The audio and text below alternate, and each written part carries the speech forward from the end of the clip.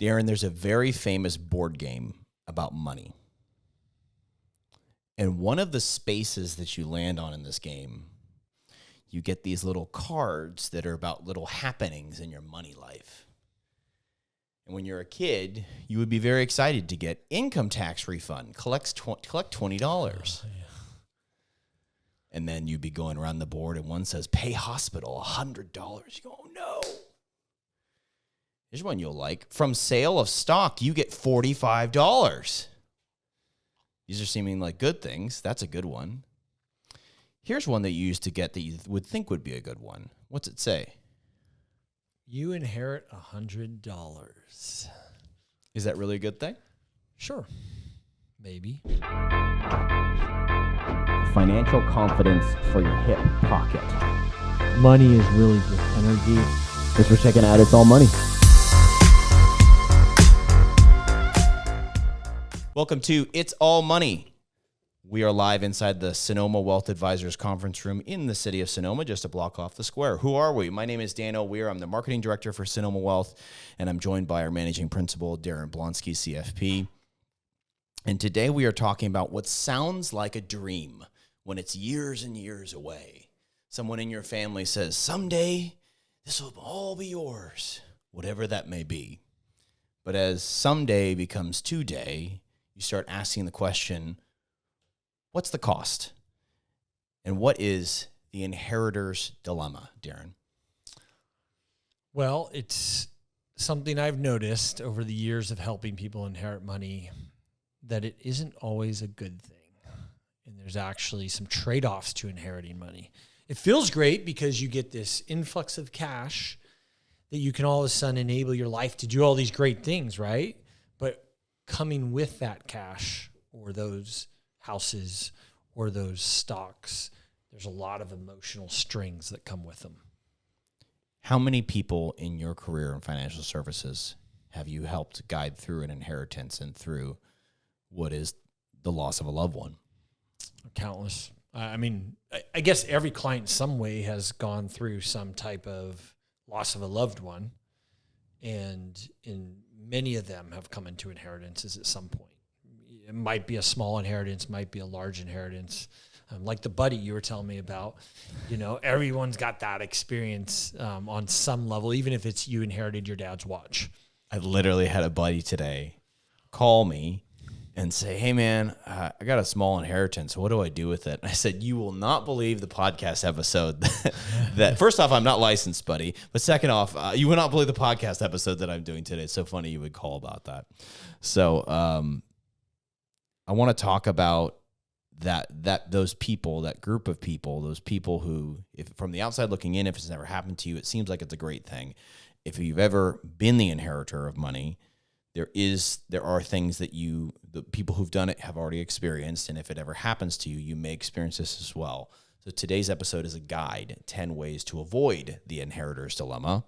I want to talk about the richest generation in the history of the United States of America. Daren, you know what it is. They are the Baby boomers? Baby boomers. I actually didn't know that fact, but I assume such. They are. If you are 61 to 79 right now, this is stats coming from an article from the University of Michigan Journal of Economics. Thanks, guys and gals.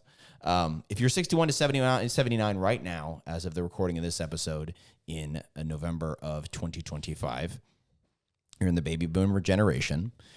People in that 18-year range only make up 19% of the population of America right now, but they hold 51% of the wealth at a total of $78.55 trillion. That's 3 times our GDP. So 61 to 79 someday comes for all of us. That means that their kids, their inheritors in the next 5, 10, we don't know how many years, that wealth is transferring. And so what are some of the things that next generation may encounter? And that's what we're going to look at today. That's right. I mean, it's really pretty incredible how much money is about ready to start moving hands. It already has started. We're on the very front end of it. But this huge balloon of money is being transitioned between generations that's what we're about to experience. And there's a whole process to it, right? It's not just like getting a paycheck. There's all these other emotions that come along with inheriting money versus a paycheck that we're going to get into. And as someone who is a future inheritor, there's a hesitation because I think rightfully so. And if you feel this way, you're a good person.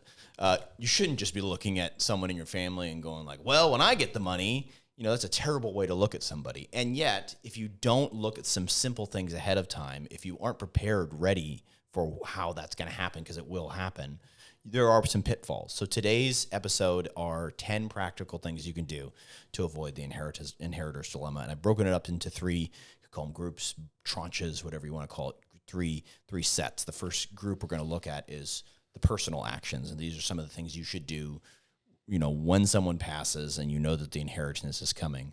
The very first one is don't ignore your feelings. So, let's go to that in a sec, but let me back up for a sec, because I think we need to talk about why it doesn't get talked about, right? Sure. And there's this taboo around money, right? Like we don't talk about money. We don't share people about our money in our culture. Like that's normal.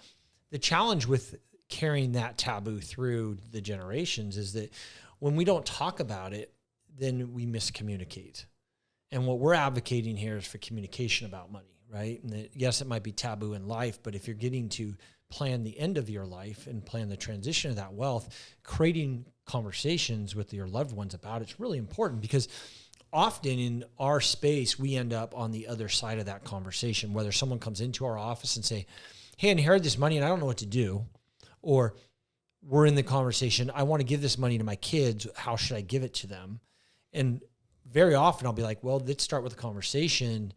And often the people are very resistant to that. Well, I don't want them to know. Well, yeah, but you're doing a disservice to everybody if you don't help them start thinking about their money that will be coming to them eventually. So then we go into the feeling part. To your point, the first set of this is don't ignore your feelings, right? Your feelings are... Well, now I'm going to stop you, because you think that the end of your life is going to be like someone's going to ring the bell and be like, okay, it's a week away. And then you're like, all right, I'm slowly slipping away. Now I'm going to do all this work that I was supposed to have already done ahead of time. And maybe that happens, maybe it doesn't. I have seen in my life sometimes when it goes, it's gone. And so if you've not done the work when you're with your faculties, when you've not done the work when there's nothing going on, the results can be drastically different. Would you agree? Yeah. I mean, if you look at the way our minds work, our financial acumen is the first aspect of our mental capacity to go. But it's usually the last thing we're willing to relinquish. It's so hard. It's really hard to admit. It really is, right? I mean, it's the equivalent that you can think about. I remember when I had to take my dad's keys from him and say, Dad, you can't drive anymore, man. Like, this is not good. But it's the same way, like, Dad, you can't balance your checkbook anymore, man. Like, we got to get in there and start helping you with this stuff. It's not in good shape. When the financial faculties go, a lot of other things are still functioning well. So there's a tendency to not even deal with it then. And then you go too far and then, well, you can't do much with it. So it's really important that if you know that your financial faculties are likely the processing in your mind that is likely to dissipate first, you do those things so that when that time comes, that's if you have something degenerative, right? Mm-hmm. Which is not a great way to go. But if you have something degenerative, those financial faculties are going to dissipate pretty quick. So if you're clinging to managing your checkbook or whatever it is, think about what that step is when you can't do that anymore. It's really important.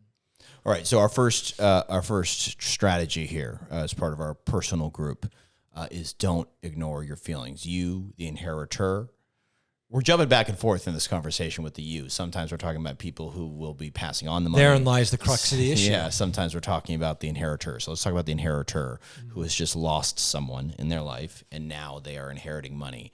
First up, don't ignore your feelings. Why? Well, first off, I can tell you from personal experience, you don't always know what you feel when that moment hits. And that's actually the most and more important of the things to understand is when you lose a loved one, what you're feeling is a lot or nothing, which is a lot. It's just too much. So what I always recommend when someone passes is your feelings are a really important part of the grieving process. But the action is no action. It's do nothing. Not bury your head in the sand. Protect the money and put it in a place, but don't make any big decisions. Don't make any big financial decisions. I say don't do anything big for a year, because you won't likely be thinking straight if this person was really important to you that you lost for a year at least. You're going to be all screwed up in your head. And that's just the reality of it. And that's okay. The challenge with the grieving process is it's not linear. It just kind of pops up and comes up in weird moments.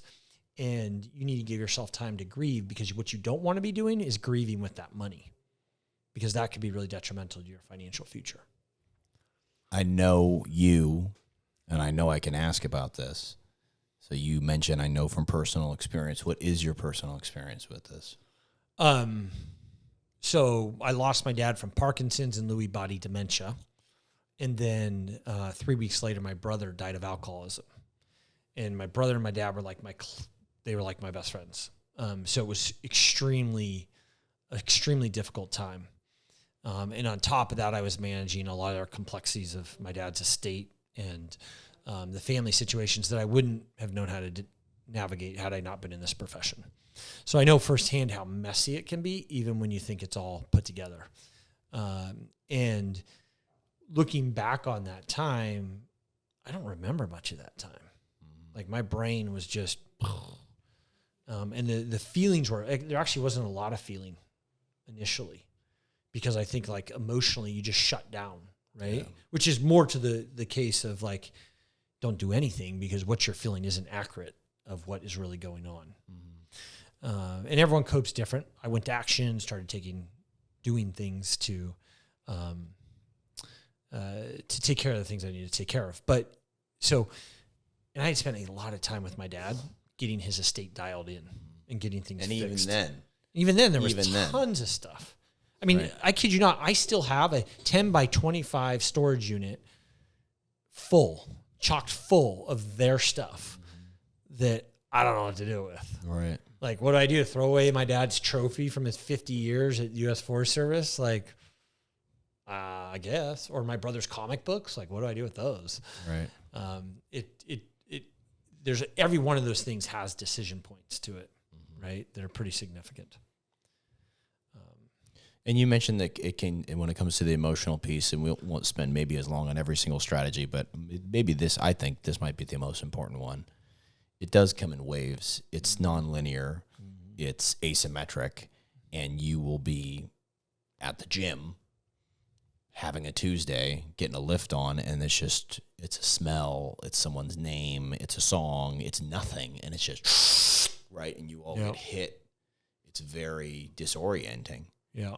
And so you shouldn't ignore that. No. And you definitely shouldn't be in that mental state when you're making financial decisions. That's right. I mean, to your point, Dan, I was on Saturday mornings, one of my favorite things to do is just sit there and read. And I was just sitting there reading, and I don't even know what triggered it, but all of a sudden I just had these overwhelming emotions around my dad and my brother. And I'm sitting there, and I'm not a guy that cries a lot. I just don't, for whatever reason.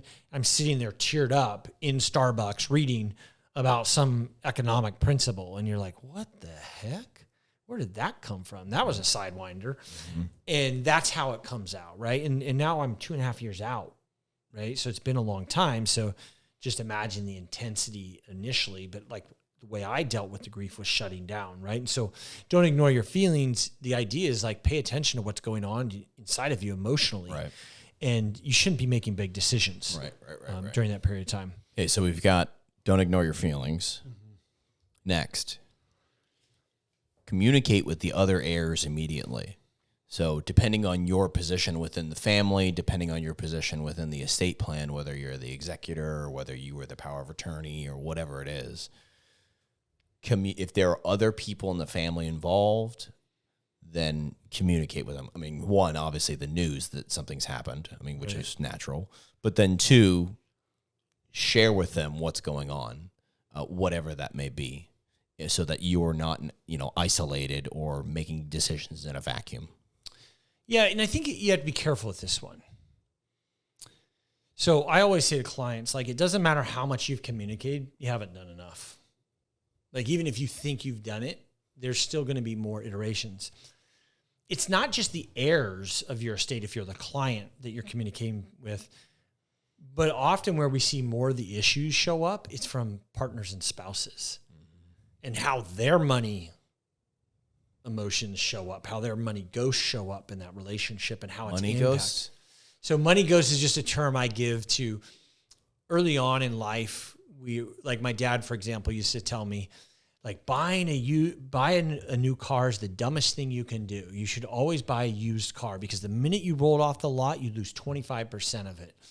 Buy a used car. So I bought one new car in my life, and I felt guilty the entire time I owed that car. Owed that car?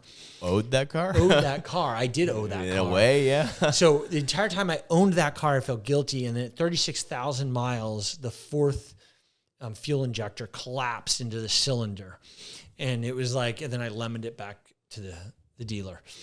And it was like this, oh, phew, I know I made a bad decision from the beginning, right?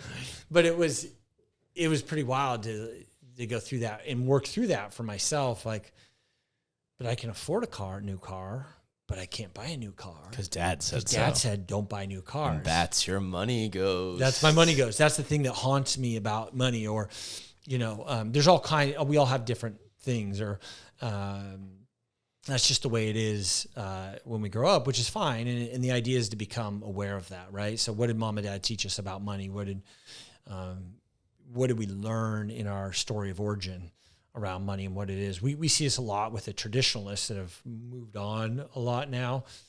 But we've done a lot of coaching over the years with the traditionalist generation that had aspects of the Great Depression in their origin. Yeah. Right? So it was like, oh, I'm not throwing away that can of peas that's been expired for 10 years because, we might need it someday. That story origin, those are money ghosts that carry through us. Or the family where the patriarch is always like taking the loan and then the family member pays them because they're going to get the better interest rate. Those types of like mixed up family situations. And this is how I'm going to do that with my kids, right? Yep. That type of just rolls downhill. That's right. I was growing up. One of mine was my dad would take us to Big Five Sporting Goods in Petaluma. You remember Big Fives? Of course. Still go. And still great. Is it still there? It's still great. Okay. So they always have the discounted shoe table. Yes. Right. And my dad would be like, okay, you can pick out a shoe off the discounted shoe table. And so my son Brighton, the other day, I remember I had a buddy. Do you remember a guy named Danny O'Rourke? No. But he was in elementary school with me. And so Danny O'Rourke would always have the coolest Jordans. And I had like the Big Five special discounted $15 shoe. LA Gear, whatever. And I felt like always self-conscious about that. And so my son Brighton really loves shoes. So I'll take him to get shoes and buy him the Jordans. And he's like, Dad, I just feel bad buying these shoes. I'm like, no, man. That's all I wanted growing up was to have the Jordans. So you're going to have the Jordans, so I'm going to work really hard so you can have the Jordans. Right. Which is just weird because for my dad probably just didn't care. He's so practical. I was also thinking about another story about my dad where he had this red Toyota Tercel and it would leak in the back and because it had rusted through. And we weren't poor, but we were decently middle-class family. And instead of just repairing it, he went and got white housing caulking, and caulked the joint with white. And he would just pull up and pick us up from school. And I was just like, and he was pretty high up in the Forest Service and pretty successful. So like he certainly could have afforded a car, but yet he didn't. And that's just who my dad was. He was so frugal in the way he did stuff. That frugality is carried through with me in some ways, but I've had to wrestle with those money ghosts of like, am I just being frugal here?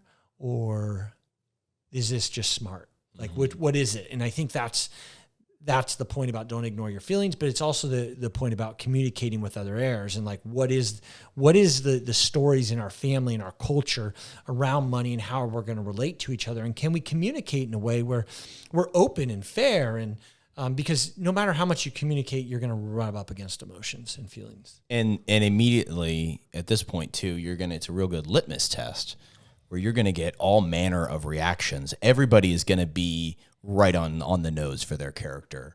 Mm-hmm. She's going to act this way. He's going to react this way. And you're going to find out immediately, if you already haven't, where they're at and how this situation is going to go by, notifying them what's going on and being prepared to manage all that if that's the situation you're I in. think what it does is it just magnifies the best and the worst in us. Yeah. And if we've got those behaviors around money that are just a little bit off, it's going to magnify that. Mm-hmm. And it's also going to, if you're a person who tends to be more giving and stuff, it's going to magnify that giving, which actually might be a bad thing, right? Because I have had clients inherit this money and they're just giving it away left and right. I'm like, whoa, time out. Like, your financial plan's fine with this money now, and I can get you through retirement. But now that you just gave another $100,000 away and you just took out another mortgage for your kid, right? Like, I don't know that you're going to make it now. So it's the best and worst of us. It magnifies it. Right. Number 3 here from the personal group, and these are our first 3 things you want to do. Keep the assets. You've touched on this before, but I'll say it again explicitly. Keep the assets separate for now. No big decisions right now. Yeah. So there's community property law in California. So when you get married, so we're in California, so it's different in every state.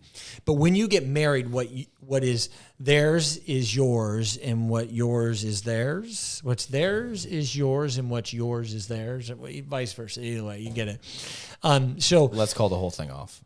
That's what. There's yours, and yours is there. The whole thing there you off. go. Okay. So it's in marriage. If you create it together, supposed to be a joke. In marriage, it was a joke. It's late in the day. Potato. I missed Potato. it. Yeah. So if you create it in marriage, it's community property. So if you don't work out and you separate, it's half and half, right down the middle. Whoop. Pretty simple. Okay.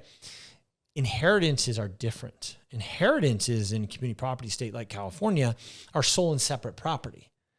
But if you take that inheritance and mix it with community property assets, so say, for example, you and your partner have a bank account and you inherit money and put it in your partner and use account, then it becomes community property. Okay, so this scenario, let's say you are the executor, you've got 2 brothers, and you're also married. And so the money is $1 million, all liquid cash, let's just say. The money, the parent passes, you get the inheritance, and naturally you go, okay, I'm just going to put it in my bank account just to let it chill. And the minute that you do that bank account, which also has your wife's name on it, it's community property. It's totally different than if you had it a separate account. That's right. It's called co-mingling. Yeah. So there's always this awkward conversation when clients come in and they're like, oh, I'm inheriting money, and the marriage and the relationship looks fine from the outside. I don't know. I don't pretend to know how people's relationships are. What I've learned over time is what it seems, it is not. And so I always have to hey, I'm just going to disclose this so everybody knows I'm not making any judgment about your relationship. I don't know anything about your relationship. But in a community property state, what you create together gets split half if it doesn't work out. Yeah. Inheritance is sole and separate property unless you commingle it. So be very thoughtful about you do it. And I've seen it happen, unfortunately, where it's like, oh, we're fine. We're just going to mix it all together. And then, a few years down the road, like, hey, turns out we don't get along anymore. It's commingled. There are some ways to claw it back potentially, but it's very messy. Possession's 9/10. And very ugly. I mean, yeah, let's just keep it separate while we can, especially if you don't have to. Right. There's no reason to commingle it. So you want to keep it separate, and you want to you want to make sure it's in a place that is not at risk until you can figure out what's going on. And there's lots of ways to do that, right? But the first minute you walk into the bank with $500,000 in a check, you're going to get a call from a broker, financial advisor saying, I'd like to sell you an annuity. I'd like to, so. This money could be making money. Yeah, exactly. And so could I. Yeah, exactly. So we always just say, put it in a money market, put it in a CD, don't do anything else. Mm-hmm. Everything needs to stay liquid. Mm-hmm. Let it sit there. At least it's making some interest. Yeah, you're not making a lot, but give yourself time to grieve. Give yourself time to feel the feelings you have and the emotions you have and make good decisions. Yeah. With it. Yeah. Okay, so we've processed this emotionally. We've communicated with everybody. Hopefully we're in a nice copacetic situation. We've kept it separate for now. You're saying maybe even up to a year of just rest. You've got a lot of affairs to wrap up. Don't worry about the investment piece. The market will be there. We hope. you've come to a place where you go, okay, it's time to get to work. It's time to do our next group here, which is the planning group. And we are a financial advisor, and we would advise that in a situation like that, we think it's a good idea to work with a financial professional. Yeah, like generally speaking, and we do think, and we're openly biased here, but we do think it's right to work with a fiduciary, someone that has to by law work in your best interest. If they have their broker's license, they don't always have to be a fiduciary to you. Briefly, what difference between broker and fiduciary is what? Well, broker is someone who's compensated to sell financial products, and they're paid a commission to do that generally. They can also be fee-based as a broker, whereas a fiduciary, they can't hide behind, oh, well, this made sense for you. It just literally has to be in their best interest of the client. So fiduciary, you pay them a flat fee, sometimes a percentage of assets. Usually. Broker, in many cases, if you're not also paying them a fee, which they do, when they're on the phone with you telling you that X investment is a good idea, it's because when you say yes, they get a commission. That's right. Okay. So work with a financial professional when you're starting to do your planning. How can a financial professional help someone who's inherited money? A good financial professional is going to do first what we just spent the first half of this episode doing, which was talking about some of the behavioral issues, the emotional issues behind investing, and help get to those and speak to those. Then they're going to help look at where the assets are, what the risks of those assets are, and then how to position them for a pause. I call it pause and reflect is how I look at it, right? The first step is pause and reflect on what's going on. And it's looking at things like, what's your money? What are your money goals? What are the things that you have embodied in you as a person that are going to get in the way of this new inheritance? How can you make sure you don't just frivolously spend it? How can you make sure you don't frivolously protect it? Because that's actually what we see more often is inheritance they become sequestered. They're different piece of money when they're all money to help you do your life, but it's like, oh, that's dad's money. I don't want to touch it and lose it. So then you tend to actually be more too conservative with that money. That's actually more often that.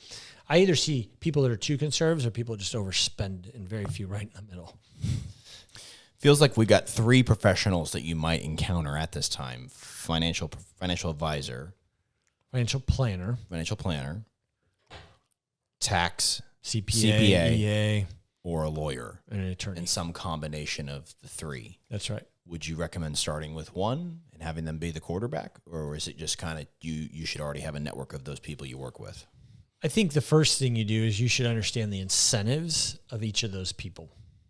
Okay, so the financial advisors generally they're going to be compensated if you're working with a fiduciary on an hourly basis, or they're going to be getting some percentage of the account if they manage it for you. The lawyer is going to be getting paid generally an hourly fee, and then as is the CPA. And you can negotiate with a fiduciary to just pay an hourly fee for advice. Mm-hmm. So I think the first step is understanding incentive. If you show me the incentive, I'll show you the behavior. Mm-hmm. It's that simple, right? So understand incentive. Then generally people start with an attorney because that's where they're trying to process all the things. If there's an estate and the legal docs and all that, or they'll be in their parents' financial advisor's office. And that advisor will then kind of guide them. But again, understand the incentives of that advisor, right? Because then you'll know why they're recommending what they are. And then usually the CPA or tax attorney is something further down the road. Speaking of taxes, our next tip here is to understand the tax implications. And one thing that a lot of people don't think about is they think that assets are cash. And in some cases it is cash. But in other cases, you might be inheriting, not suggesting, just putting a name to it, $2 million in GM stock. Yeah. And that doesn't come over to you as cash. It comes over to you as stock. So there are tax implications, cost basis. There's things to work through, and the financial advisor can help with that. Yeah, I mean, here's a perfect example. There was an individual I talked to early on in my career. I remember talking to her, and she just lost her husband. And this is a good example of a money ghost, right? Husband, before he dies, says, don't ever sell this Coca-Cola stock. So when I started talking with her, she had a stock certificate, which is not a great way to hold a stock, of Coca-Cola stock. A piece of paper. A piece of paper. It's not digital. It's not on any platform. She has a literal piece of paper from the Taft era. Yeah, that says, exactly. That I own 50 shares of 50 Coke. shares. Here's my literal 50 piece of paper. Exactly. Yeah. So she owns this. Husband's dying bed, says, don't ever sell this. Well, this poor lady now is stuck with this Coke stock because her husband died and told her never to sell it. Now, might have been a good decision. Might have been an awful decision. I have one client who brought in this stock certificate that her dad had left her, and she had forgot she had it, put it in the top of a closet somewhere, goes to clean out a closet years later. This is my point about your mind is just not there fully. Literally took 500 shares at the time. It was worth $500,000 in a real estate company in New York. When he passed. When she inherited it. Put the stock certificate up in there. She finds it years later. She brings it into me and says, I have this. Is it worth anything? So we look up the stock certificate. The company went bankrupt a few years back. We're zero. Takes a big zero on $500,000. That's a painful lesson. But that's the point. Like, you do things that you just forget about. Like, and so that's what we were saying about put it in a place it's organized and clean. Right. Pro tip, if you get a stock certificate, turn it into book form. Book form's easy. It just makes it digital. It's easy to track. We know it belongs to you. It can never be questioned. When we get stock certificates, not only when we get stock certificates is it a royal pain. It's getting harder and harder to even get them transferred, right? Yeah, because you need these things, this medallion stamp. The medallion. Only certain banks in town are going to give you the medallion stamp. So to even say, yes, this is this person and this is their stock, it's very difficult. And it takes a process, and often stock certificates were bought in name. So if you have a trust and you have this floating around stock certificate out there, that stock certificate's not actually in the trust. It was never put into the trust for whatever stupid reason. So now you've got a mismatch, and now it doesn't really belong to anyone. Well, right? it belongs to the benefactors, but you have to file what's called a small estate affidavit. You have to go pay a lawyer a bunch of money to then put it in the trust and say it is who it is. It's supposed to mess. Go to. Yeah, so stock certificates are just don't do it. Put it in book form, open an account. There's no sense in it. Yeah. In doing it. It's a nightmare to process when you've passed. Anything that takes more than an hour now when you're alive to process paper-wise takes 4 hours when you're dead. Right. So anything you can do to help now, it really pays off. So let's hit on this again. Understand the tax implications. What are some more tax implications that can hit someone when they're an inheritor? Well, that's where the communication between generations is, right? Because there's something called basis. When you buy something for $10, but it's worth $20 now, you have a gain of $10. But you actually get a step up at death, right? So if I own the stock and I say, Dan, you're going to get the stock at death, when I die, the stock will have a basis of $20, and there won't be a tax implication of it. Mm-hmm. Whereas if I'm dying, I better sell this stock, I pay that taxable gain. Mm-hmm. There's a lot of laws around IRAs. In retirement accounts now. They've changed the laws and messed with them quite a bit in the last few years. I think Congress is getting ready. They're seeing this wealth transfer happen, and they're like, how do we get in the pockets of this? Because this might help that debt thing we have. But they're always messing with those rules, so it's really important to have an advisor that knows what those rules are and knows how to navigate those rules with you. And that tax piece really can be a key part of our next tip, which is address non-cash inheritances. So maybe mom is going to pass the farm on to you, something we've talked about on this show before. But can you actually afford to have the farm passed to you because of the taxes? Well, like in California a few years back, the real estate agents all got behind something called Prop 19, which is brilliant for real estate agents. No offense to our real estate agent friends, but the real estate lobby said, well, shoot, it used to be if your mom passed, Dan, you would inherit her tax rate. But Prop 19 changed that. So if your mom passes, your tax rate steps up, which in fairness is maybe more fair to the next generation. Fortunately, the farm that was very affordable under your mom's tax rate is no longer affordable under your tax rate. Mm-hmm. So guess what you're going to do? You're going to sell the property. Mm-hmm. because you can't afford the taxes. And Prop 19 really made it difficult for a lot of family farms in the state of California. In Sonoma, it was a huge impact because there were a lot of properties in Sonoma that, three brothers might inherit mom's house when she passes, and they could all afford the taxes for that house at mom's tax rate. But now that taxes have gone up exponentially and the house is now worth a heck of a lot more than when mom bought it. She bought it for 100. Now it's worth 10 million. And these kids own taxes on whatever the valuation of that home is. They're going to sell the house. Mom's house is getting sold because not one kid individually can necessarily afford the taxes. So no one's going to, the two brothers aren't going to sell it to the one brother. And then if they all pay the taxes and make it a VRBO, you can't do a VRBO in Sonoma. So it's just, you get rid of the house. Right.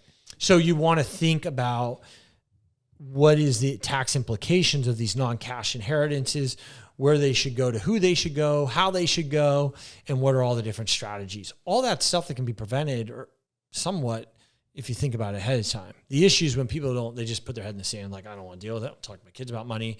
It's weird. I'm uncomfortable with it, whatever. But then it really ends up messing over the kid because now brothers are sitting there looking at the house saying, mom's house is old. It's got avocado shaded carpet that might actually be coming back in with the orange upholstery seats. They might actually be coming back in now, but they don't want to pay taxes on that house, right? Because it's actually infested with termites. And so that happens all too often. So the plan, the communication is so important to preservation of peace and preservation of capital and assets. And just in this discussion, we've talked about two different step-ups that happen at death. And one is good and one is bad. If you inherit stock, well, it's sort of bad. I don't want to go that far. But but if you inherit stock from someone and the stock transfers directly from parent to you, you get a step up in basis such that you are not going to pay a capital gain. Good thing for you. Right. If you inherit real estate, you get a step up in property taxes. And instead of the old property tax rate from 1965, you're paying the 2025 rate. Bad thing. Well, but you also get a step up in the value too. So if mom bought the house for $100,000, it's worth 10 million now, which actually happens in Sonoma. If you get the step up, you don't owe taxes on all that real estate appreciation either. So there is a positive to it. Like if you can afford to pay the tax on the $10 million piece of property or farm now, that's fine because, well, now if you sell it, you don't pay any capital gains on that. So there's a benefit, but it's a little more nuanced now. And in addition to real estate, there are other non-cash inheritances, one of which you mentioned already, which is that you have a storage unit full of stuff. Yeah. So there's that aspect to be prepared for as an inheritor, part of your inheritor's dilemma, which is that, you're going to have to go through some stuff, and that might be the most painful part. Well, and it's truly this, and we'll talk about the oak bookcase in the storage unit, okay? So my great-grandpa had an oak bookcase. It's just an oak bookcase. It's not even that nice of an oak bookcase. My grandpa had it. My great-grandpa had it. My grandpa had it. Your great-grandpa? My great-grandpa had it. It was my great-grandpa's out of his library, and then my grandpa had it. And then my dad had it in his library. And now I have it in my storage unit. It's a heavy, solid piece of oak. But what do you do with it? Like, there's this guilt. Like, if I just toss this thing, it's been in the family for 4 generations. It doesn't fit anything in my house. Wouldn't even look remotely nice in the vibe I'm going for.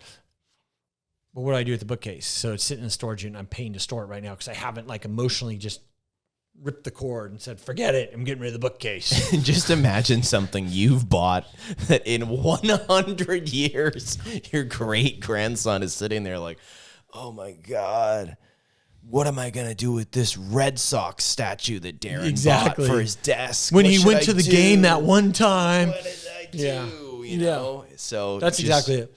We actually, if you go to our Google reviews page, in one of our Google reviews, there's a picture of a ship that was my great-great-grandpa's. So my dad dies, and there's this ship that I looked at my entire life in my grandpa's house, and then it was in my dad's house, and it's this old, Mayflower-looking ship. It's got dust everywhere. It's like broken. A model? It's like, it's a big-size model, like a model ship. So after my dad does, I'm like, what do I do with this thing? I put it in the storage shed. It's going to break again. Like, what do I do? So I bring it in and I put it in the bathroom at our office here, our corporate office. I'm like, I'll just put it here. Set it there. One day we're looking at our reviews and a client had come in and taken a picture of the ship and put it in the Google review. And I was like, I'm not sure why I took a picture of that, but okay. But there is, again, another case of like these things that just travel through us. And so I think a gift a parent can give is like, let me get rid of my junk. Mm-hmm. Because the other issue is you don't know what's important and what's not important, right? You think it because it's in dad's office, he really gives a snot about it, but maybe it's just like, oh, this thing I just put there and I don't know what to do with. Right. I would never want Brighton. He inherited it. Yeah, he inherited it. And then I got to this place with my office at home where I was like, had this and this and this. And I looked around my office and I said, my office is a memorial for my brother and dad. This is awful. I don't want to feel this way. I want a couple good things, but I don't want to feel like I'm living in their offices. Mm-hmm. So then there's that kind of like emotional wrestle you have, right? So non-cash stuff, it's like, clean it out, man. Mm-hmm. Like, don't leave it on. It is a nightmare to clean up people's stuff. Yeah, yeah. Last strategy here within our planning group. Update your own estate plan as a result of the inheritance. Yeah, absolutely, right? Like we talked about community property law in California. We talked about protecting that. You should always be updating your estate plan. Unfortunately, a lot of people like to do an estate plan, say, oh, my estate plan's good. If you're not looking at that estate plan once a year at least, it's not good because things are changing constantly in your life. Account numbers, stock certificates, ownership of houses. Get it all organized and pay attention to it. Yep. Okay, we've planned now. Now it's finally time to take some actions, right? Now it's finally time to do some of the things. And we would advocate some smart things to do first, depending on your financial situation. Pay off high-interest debt and look at building or boosting your emergency fund. Why would you do those two things first? Well, so first off, let me just caveat, like we could never give advice unless we knew someone's financial situation, right? So here's some generic information that you could choose, but we, again, go back to talk with a professional. Paying off high interest debt, it's really simple. If you're paying high interest, whatever the money's invested in has to be earning more interest than what you're paying in debt. Right? It's just about spreads. Banks make money on spreads, right? So do you want to be the bank or do you want to pay the bank for the spread? Mm-hmm. So if you're paying 5% in debt or 6% or 50%, because it's whatever, some credit card, right? And you're making 3% in a money market or 4% in a money market, you're actually losing money. Right. Right? Don't even get me started on inflation and what's happening to that money because of inflation. So you're really losing in a real return way. So high interest debt should be paid off. But here's the caveat. I was talking to a friend and they were asking me, they were like, well, we have all this debt we need to pay off. Should we take this money out of the house to pay off this debt? And I said, well, here's the thing. Where did this debt come from? And the person said, well, my partner has a gambling addiction. Okay. So what you're telling me is you're going to take equity out of the house and pay off the gambling addiction that your partner has, which will only reset the deck for what? More gambling. Mm-hmm. That's all it does. It's all it ever does. So if you're using the inheritance to pay something off and you haven't dealt with the emotional and the psychological issues that created that debt in the first place, right, all you do is just buy yourself another year. Mm-hmm. And that's, again, why I go back to pause and reflect and understanding what's going on. Because you're really just getting yourself in a trap. And all too often we see people inherit money, pay off all their debt. A year from now, they're back in debt. I'll never forget Jim. Jim passed away recently. Jim inherited, I don't know, a couple $100,000. And Jim inherits this money. I'm sitting in my office right out here in Sonoma. All of a sudden I hear this big, like, and he pulls up in this motorcycle, in this massive, beautiful, purple hot rod that rides like this. Jim paid off all his debt and then bought himself a motorcycle. And maybe 5 years later, I asked, Jim, where's your motorcycle? Oh, it's parked out back. It's like a $60,000 motorcycle. Oh, God. It was sweet. And I was just like, oh. And you think about those moments and like, I wish Jim would have listened, And in a way, when we pay off our high interest debt, it's not the opportunity then to just get back in debt. And all too often that's what happens, because then you go buy some other junk that you need. And so what had happened is Jim wasn't financially sound. The inheritance made him financially sound, made him feel free to go buy and spend more money on junk. Right. So paying off high interest debt is good. Be careful with just putting yourself back in a trap. Pay off high interest debt and be done. Be done. And shortly thereafter, build or boost your emergency fund. A lot of people say 3 to 6 months of expenses, whatever that number is for you in a cash or near cash situation. In a CD type money market, we got to step back a little bit if we're talking about build. So the idea is you want to pay down all your debt first. So you want a baseline emergency fund so you don't keep going in debt. And then you want to pay off your debt and then build your emergency fund up so that you don't keep getting back in debt. Right. All too often people inherit money. They're living hand to mouth. And if you can get out of that cycle, your life will be much better and your children's life will be much better.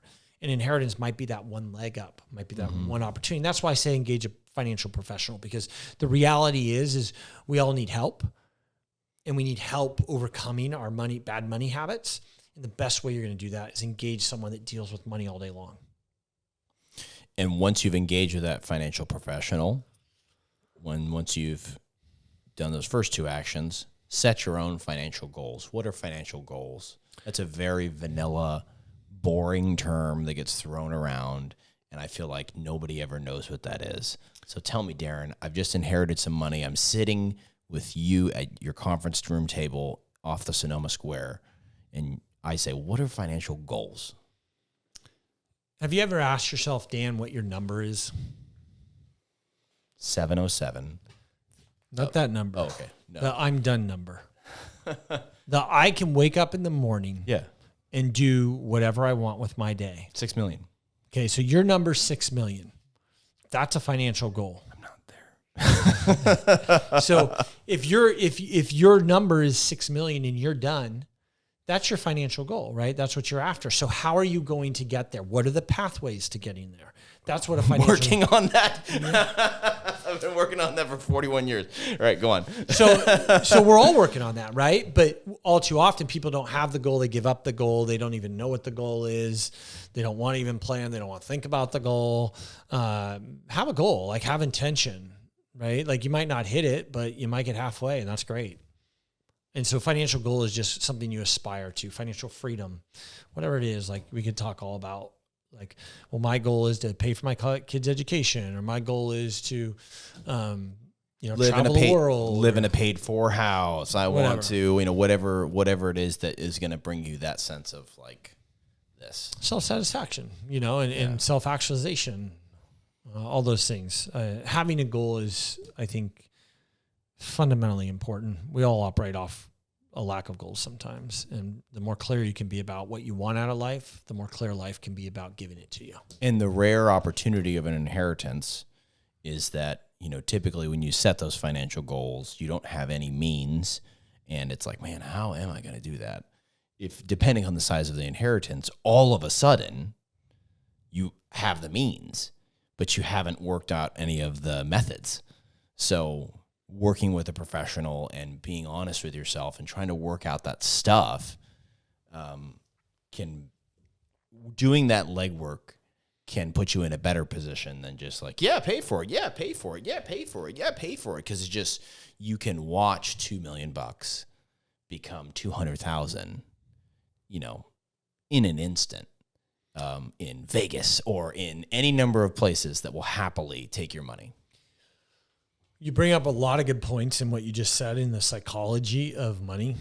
One of the really important points you brought up, what we see most often with people is they treat their inheritance emotionally completely different than they treat the money they earned.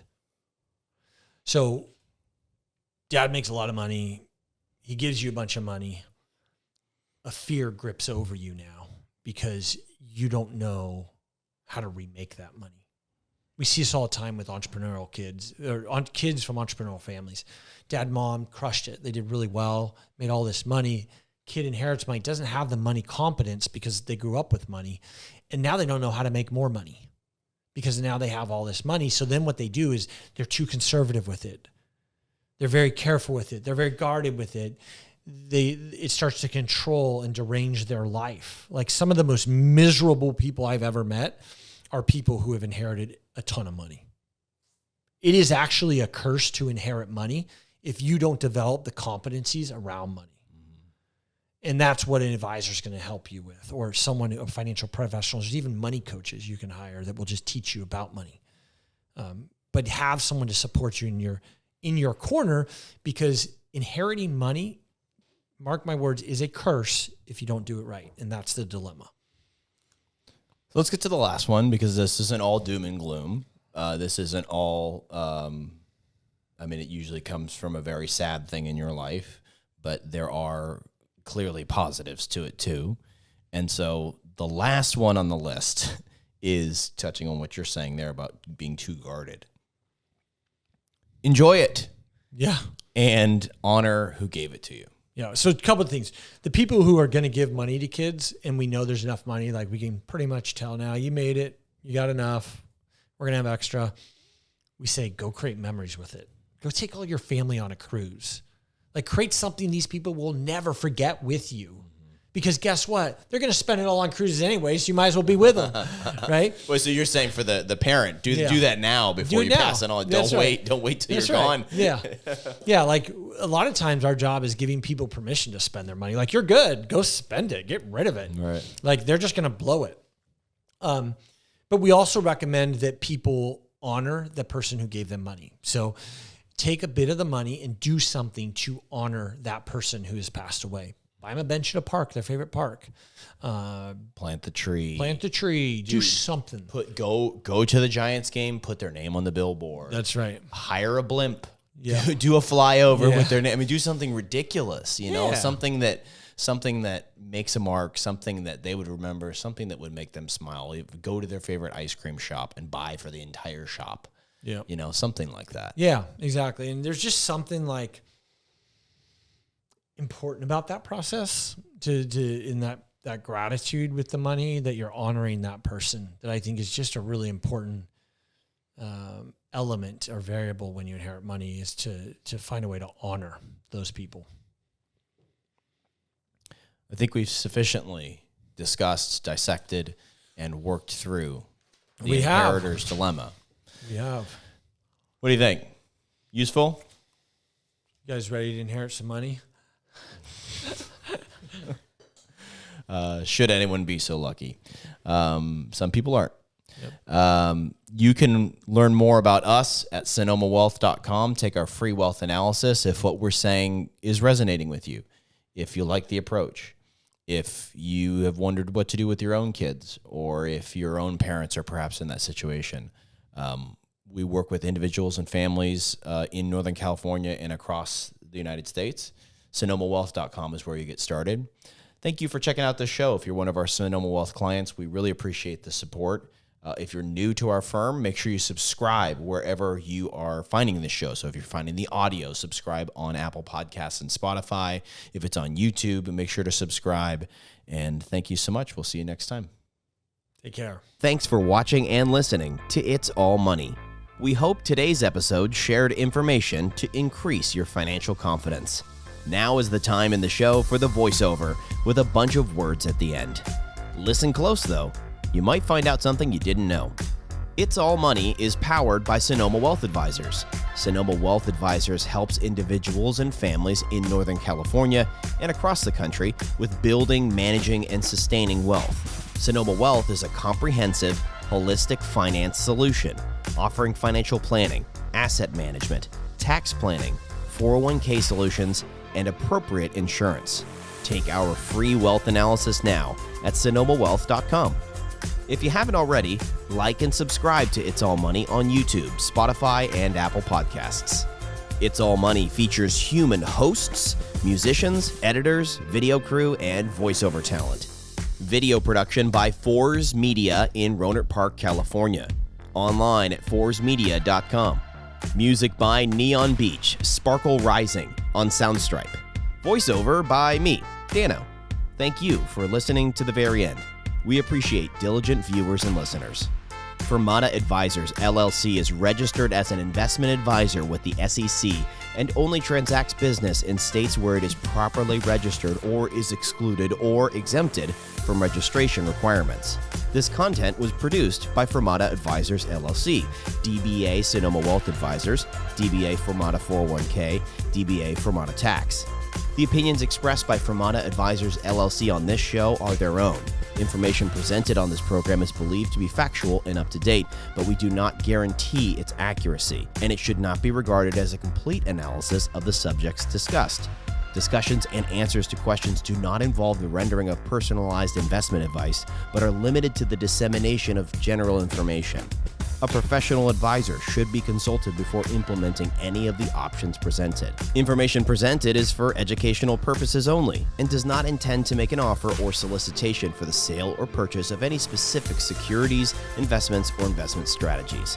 Investments involve risk and, unless otherwise stated, are not guaranteed. Information expressed does not take into account your specific situation or objectives and is not intended as recommendations appropriate for any individual. Viewers and listeners are encouraged to seek advice from a qualified tax, legal, or investment advisor to determine whether any information presented may be suitable for their specific situation. Past performance is not indicative of future performance.